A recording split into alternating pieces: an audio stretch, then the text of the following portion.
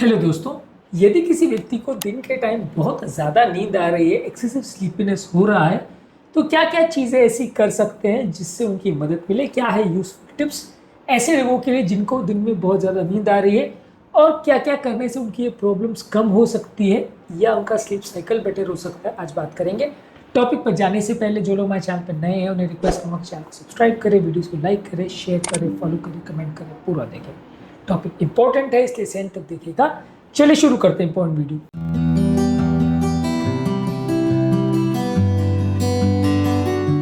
सबसे पहले एक रेगुलर स्लीप शेड्यूल मेंटेन करिए। स्लीप का फ्रैगमेंटेड होने का या बार बार स्लीप साइकिल टूटने का एक इंपॉर्टेंट कारण ये होता है कि जब आप प्रॉपर स्लीप साइकिल मेंटेन नहीं करते, आपके सोने का उठने का टाइम फिक्स नहीं होता, तो इसकी वजह से आपको दिन के टाइम बहुत बार सुस्ती होती रहती है।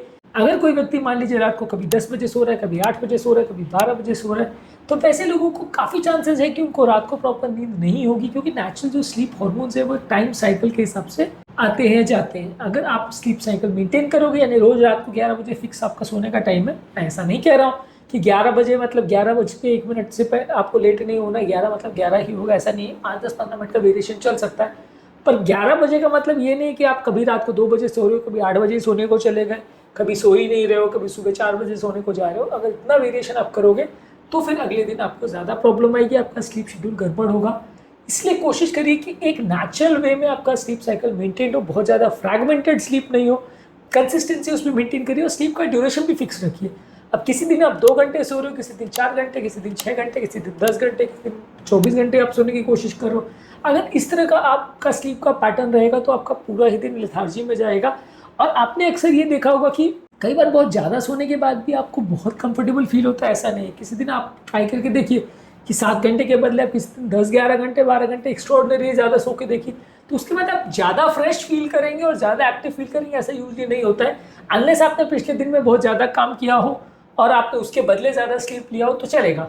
पिछले दिन आपने 4 घंटे सो रहे हो, अगले दिन आप 10 घंटे सो रहे हो तो चलेगा। लेकिन अगर आप बिना कोई कारण के, बिना कोई रीज़न के किसी दिन अपने 7 या 8 घंटे, 9 घंटे की स्लीप के बदले किसी दिन 13-14 घंटे सोते हो, तो उस दिन आपको एक्स्ट्रा बेनिफिट कुछ नहीं मिलेगा, आपकी एक्टिविटी लेवल में बहुत ज़्यादा आपको फ्रेश नहीं लगेगा।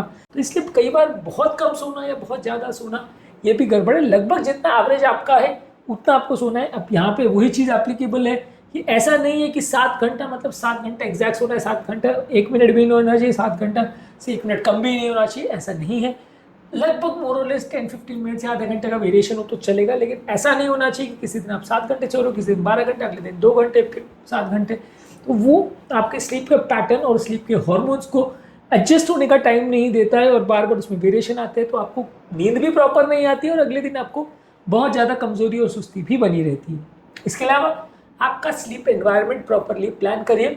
आपका स्लीप का एनवायरनमेंट थोड़ा कूल, डार्क और क्वाइट होना चाहिए। यहाँ पे प्रॉपर ब्लैक कर्टन्स होने चाहिए ताकि बहुत ज़्यादा वहाँ पे लाइट नहीं आए, थोड़ा ओपेक कर्टन्स होने चाहिए, ईयर प्लग्स होने चाहिए, कोई नॉइज़ नहीं आना चाहिए, यानी एक प्रॉपर स्लीप एनवायरनमेंट होना चाहिए ताकि आपको बेटर वे में नींद आए और आपको जो है नींद के दौरान बार बार नींद नहीं खुले। कभी ऐसा नहीं हो कि आपको बिस्तर गड़ रहा है या कोई चीज़ चुभ रही है, इसकी वजह से बार बार हर 2 घंटे में आपकी नींद खुल रही है कि 2 घंटे में अलार्म बज रहा है, या कोई बगल में आपके स्पाउस जो है वो खराटे ले रहा है तो उसकी वजह से नींद खुल रही है। साउंड का पोल्यूशन या कोई भी तरह का न्यूसेंस नहीं होना चाहिए जो आपकी नींद को बार बार डिस्टर्ब करे, क्योंकि अगले दिन आपको यही कारण से ज़्यादा कमजोरी, सुस्ती लगती रहती है और अगले दिन आपको पूरे दिन भर नींद आती रहती है।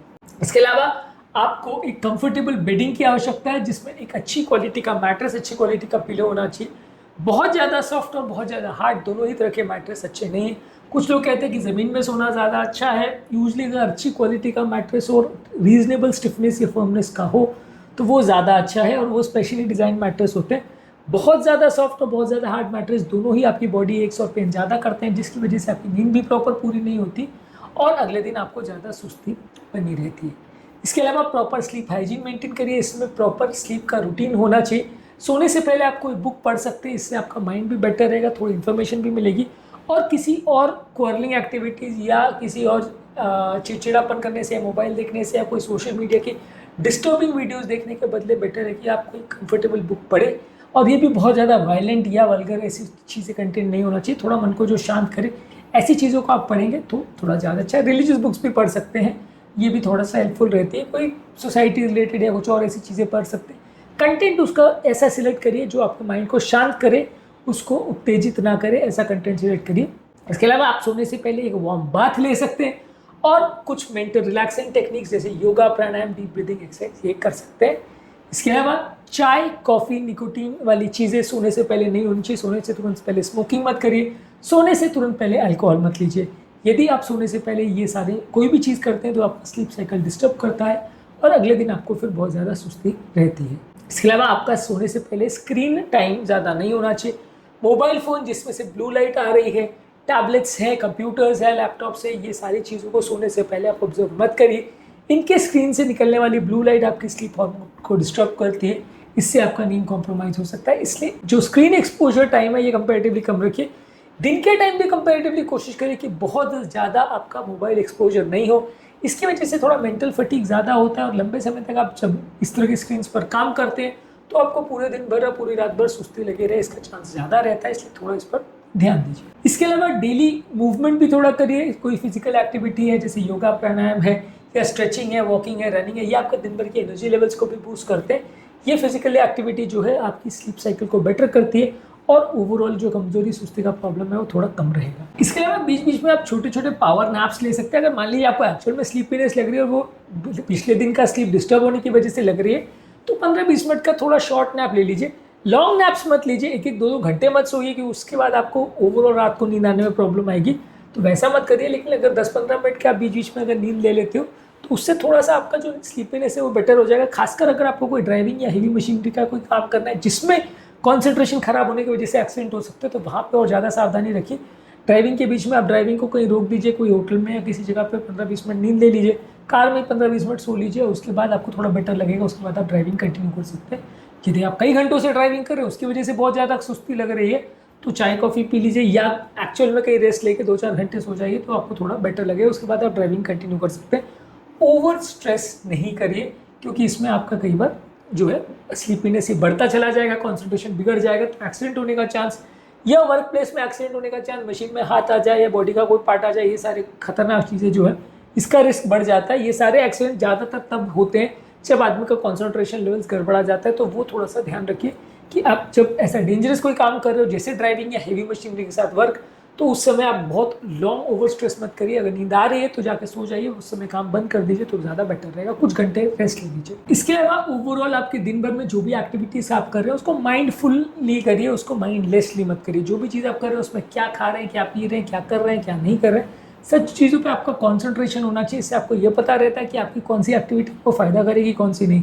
कई बार लोग का पूरा दिन निकल जाता है, उनको ध्यान ही नहीं रहता कि क्या कर रहे हैं, क्या नहीं कर रहे हैं, कौन सी एक्टिविटी से फ़ायदा है। कई घंटे मोबाइल में निकल गए, कई घंटे टीवी में निकल गए, कई घंटे कोई गेम खेलने में निकल गए, कोई वीडियो गेम खेलने में निकल गए। तो ये सारी चीज़ें जो है ओवरऑल आपकी फटीगेबिलिटी को बढ़ाती है। तो क्या एक्टिविटी कर रहे हैं, क्या कर रहे हैं, उस पर एक प्रॉपर वॉच रखिए। जो चीज़ आपके लिए हेल्दी है उनको ज़्यादा करिए, जो अनहेल्दी उनको कम करिए।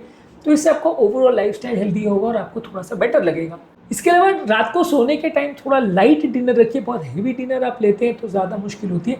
बहुत ज़्यादा फैट और बहुत ज़्यादा प्रोटीन वाली चीज़ें मत खाइए, बहुत हेवी खाना मत खाइए। ऐसा खाना खाइए जो ठीक ठाक पच जाए और सोने के 3 घंटे पहले खाना नहीं खाना है। अगर आप ये सारी चीज़ों पर ध्यान रखते हो तो इससे भी आपका रात का स्लीप बेटर होता है और आपको बहुत ज़्यादा सुस्ती नहीं होगी।